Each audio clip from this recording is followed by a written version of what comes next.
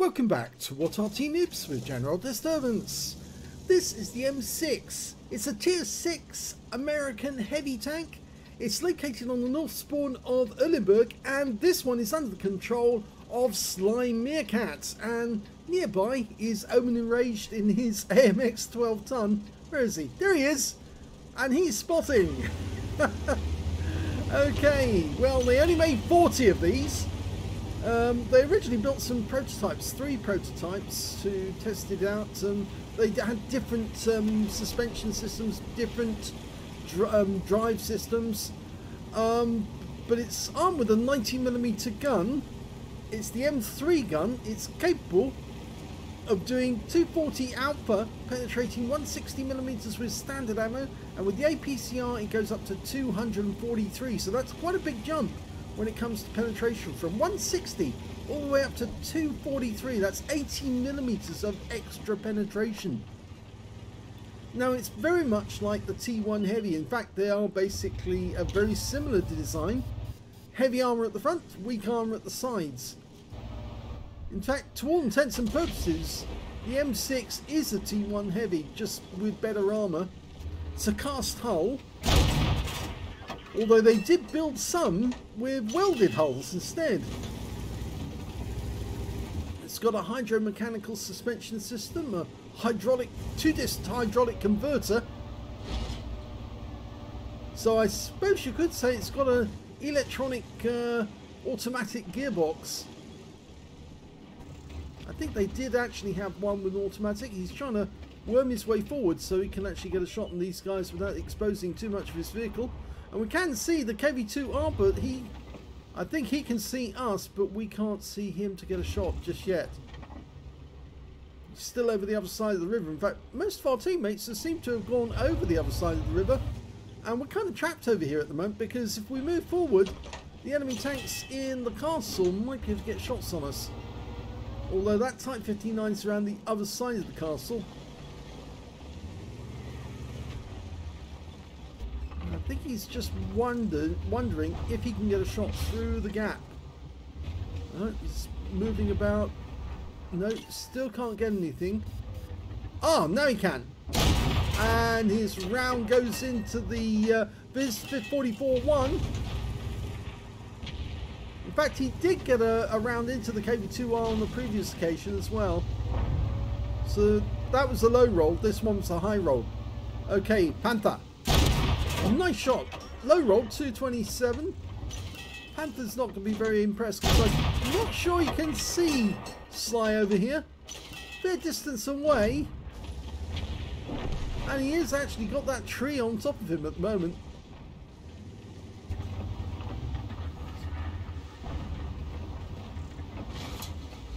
It's very difficult for him to get a shot on those guys. If he moves forward, the Panther and the Type 59 have both come around this side of the building now.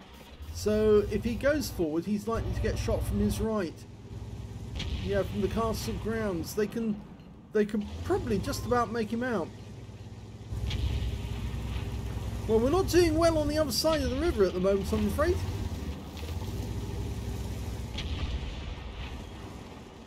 The scores are even, but I think it's more that the enemy are pounding our heavies on the other side. Oh, we just received a round from that KV-2R.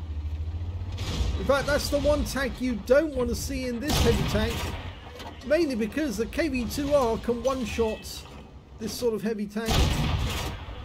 It's only got 970 hit points of health, you see, so if they get the round in the right place, it's good night and back to the garage. And that's probably what that KV-2R was inclined to do. He did fire an HE round at us. Yeah, we've lost all the heavy tanks on the other side of the river, and that means they're going to be coming this way. But I think he's going to try and use this spot to defend. Ah, and he didn't pen there, so I'd load the APCR, but he's sticking with his standard AP for the moment. He might be able to get around through that Viz 44-1, but he might need the APCR to get through the Skoda T56. He is 2 tiers higher, remember? Okay, he's just trying to hold them back. The SU-100M1's trying to say, come back. We need you further back, in fact, to defend the cap area. And he fires one straight through the drive wheel, and Skoda tracks him. Skoda uses his repair kit, gets hit and again for another high roll. 247. Now he's coming this way. I need help. Now this tank does have fairly good rate of fire. Okay, trying to get the lower plate of the Skoda. And he's presenting the tough front of his vehicle. If you've seen the, yes, you've just seen him bounced around from the Skoda. And there you go, puts one straight through his drive wheel. He's now one shot. He's coming round to get the kill. Goes to the polar. Oh, he didn't get it. Now go low plate quick. You get one more round to do it. Oh, and he still didn't pen. So now he has to pull back. The Skoda's going to be loaded. Oh, and the Skoda gets taken out by our Tiger 1. That's very helpful. Okay, now the Viz 44-1 didn't fancy coming over here to this side of the map and getting hold, so he's actually driven straight forward. Two of the heavies have actually pulled back, and I think that that's mainly because the Tiger 1 and the other tanks in the castle took care of the Type 59. So now we're after this Viz 44, or no, he's been killed. So we don't have to worry about him, so we can go back down. Now there's an IS-3 off there in the distance. No. He could cross over the river. Oh, but he's got the side of the IS-3. Nope, it still didn't pen at this angle. Oh! Oh, perfect opportunity to kill a Burt there, but he didn't. And the Burt ran away as soon as he saw what was around. And the Burt's just been hit. But he wasn't killed. There he is. Hello, Mr. Burt. Oh! Now that didn't work. Now get into the cover quickly because the IS-3's looking this way. And that's better. 253, but we took a round from the 4.5 inch gun on the FB. And there he goes. He's out the game. Yeah, he should have run off. He'd be far better off shooting at a distance. He hasn't got the armor to play with a tank like this. But the IS-3 is, well, he's still there. Doesn't appear that he's actually coming towards us, but he is low on hit points. And there's the kill shot that came in from the M44, who managed to get him. I think it was the M44 who's in the northwest corner, the one right on the corner of the river, not the one that moved over. And that means now the enemy's down to just 3 tanks, 2 heavies and 1 tank destroyer, the Jagdpanther. The heavies are the Viz 44-1 and the KV-2R. Now I think that's the same KV-2R that hit him earlier in the battle. Going for the Jagdpanther. Oh! He did get a hit and a low roll. Can he get another one? Yes! And a high roll this time, 243. Go for the kill shot. Yes! 2 kills now for Sly.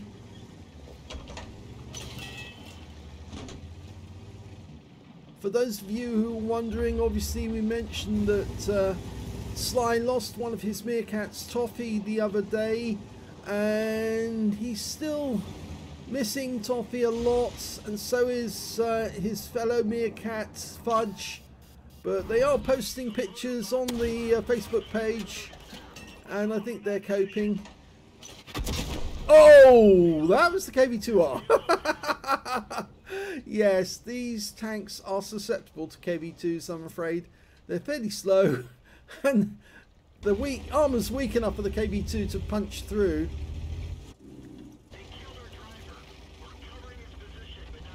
I think our team actually have the advantage in terms of hit points as well as numbers. The Tiger's not willing to move forward, and that's not really surprising if you think about it, because after all, there's a KV-2 out there he doesn't really want to tangle with. He could actually be one-shotted. He has already taken a fair bit of damage. The SU-100M1 though is going into tangle with the KV-2. In fact, he's found the Viz 44, and that's the end of his game. That means now it's only the KV-2R. Now, where are you? There you are! Well, that's 1 hit and he's out the game. The kill shot actually went to the CS52 list, the Fox.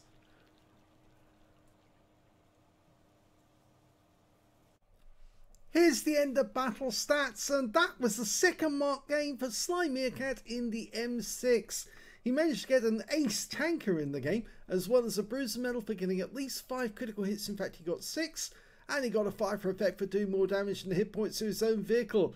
But no other medals. Let's have a look at the team score, and we'll find out why. Well, he didn't get the highest damage in the game, but he narrowly missed out because the CS52 list got 2,856. He got the highest damage, but didn't get a high caliber because it wasn't 20% of the enemy hit pool. Sly got 2,801, which puts him in second place, and third place was the IS3, who managed to get 2,656. And the one that killed him was the fourth highest on damage. The KV2R got 2,273.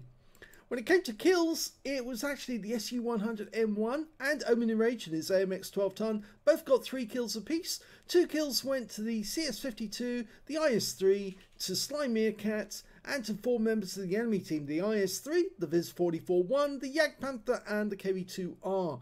And when it came to base XP, it's Sly right at the top, and the reason for that obviously was because he was tier 6 in a tier 8 game, and he was hitting higher tier opponents and dealing them damage, and of course that was earning him extra XP every time. You get 10% extra for 1 tier higher and 20% extra for hitting somebody 2 tiers higher. 961 went to the CS52 list and 806 went to the M44. He fired 23 rounds in the game, got 20 direct hits on the enemy, 13 penetrations, damage of 2,801 hit points, of which 759 were at more than 300 meters, received 5 hits from the enemy, only 1 of which actually penetrated, 1 non-penetration, and 3 hits by way of splash damage, and those are the ones that hurt the most. One of them was from the FV304, which of course he killed, and the other ones, the other 2 were from the KV2R. One right at the start, the first hit he received, and then the other one, of course, was the one that killed him in the end. I'm afraid, yes, KV2Rs do, and KV2s for that matter, do find it fairly easy to kill T1 heavies and M6s. He blocked damage of 460, that was from the Skoda T56. 2 enemy vehicles spotted, 6 enemy vehicles damaged, 2 killed, 1,059 hit points of damage resistance. He earned 35,944 credits from the game, got 16,175 from battle payments, a total of 75,483 credits altogether. But after repair, ammunition, resupply and consumables, he actually only made a profit of 15,798 credits, and that's mainly down to the ammunition being rather expensive on the 90mm. 1,359 XP, 306 for playing in a platoon, took away 2,345 experience points altogether. Let's have a look at the our new feature, the armor.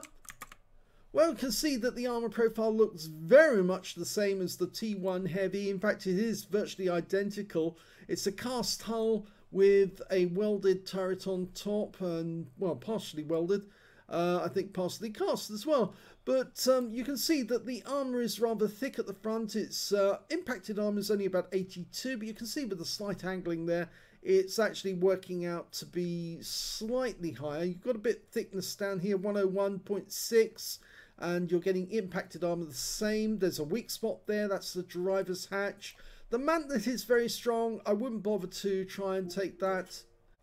And the sides of the vehicle are actually fairly weak. You can see here, impacted armour 52.4 up front, and it's only 41 at the rear. So it's much easier to penetrate this vehicle from the rear of the vehicle, or if you can get alongside him, fire the shells right into the side. But if you are firing from the front, you'll probably bounce the rounds.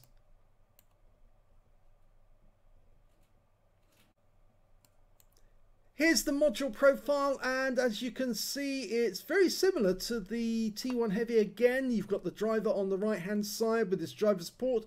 You've got the driver's mate or machine gunner on the other side of him, and he's got the radio just the other side.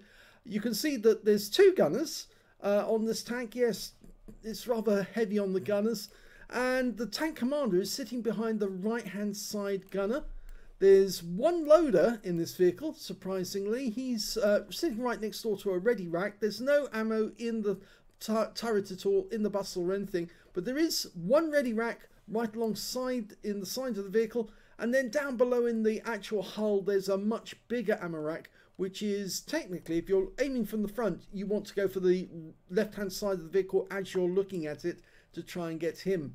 At the back of the vehicle, we've got the engine right in the centre. The fuel tanks are either side. The engine's actually slightly displaced because that big ammo rack, those 90mm shells are actually quite big. And you can see the transmission at the rear going in there. If you want to get a fire, just aim for the top rear of the vehicle. That should go straight through the fuel tanks. If you want to get an explosion, you ought to aim for the second roller, and either side of the second roller in the tracks areas. You should be able to punch through there, even though it's about 30, is it 45mm if I remember correctly. So yes, you should be able to punch through there and you might get an ammo rack, but it's fairly easy to get crew members if you can go through the side of the turret, because it's fairly weak there. Although, as I said, it's fairly difficult to actually get a shot through the front of the vehicle, mainly due to the fact that the armor is very strong at the front. So if you're driving this tank, you want to keep your front to the enemy as much as you can. Don't let them see or over angle like that, because it will allow the enemy to punch through some vulnerable parts in the rear of the vehicle. But other than that, it's actually fairly good with a good rate of fire right from the front. So I hope you enjoyed that replay, and if you did, please give this video a like. Do subscribe to our channel, leave a little comment down below because it feeds the algorithm, and thanks to everybody who does actually leave comments down below, because it does help to promote the channel. And of course, we are giving all the proceeds from the channel to the Red Cross appeal to help the Ukrainian refugees. So the more of our videos you watch, the more money we can send to the refugees. Thanks for watching.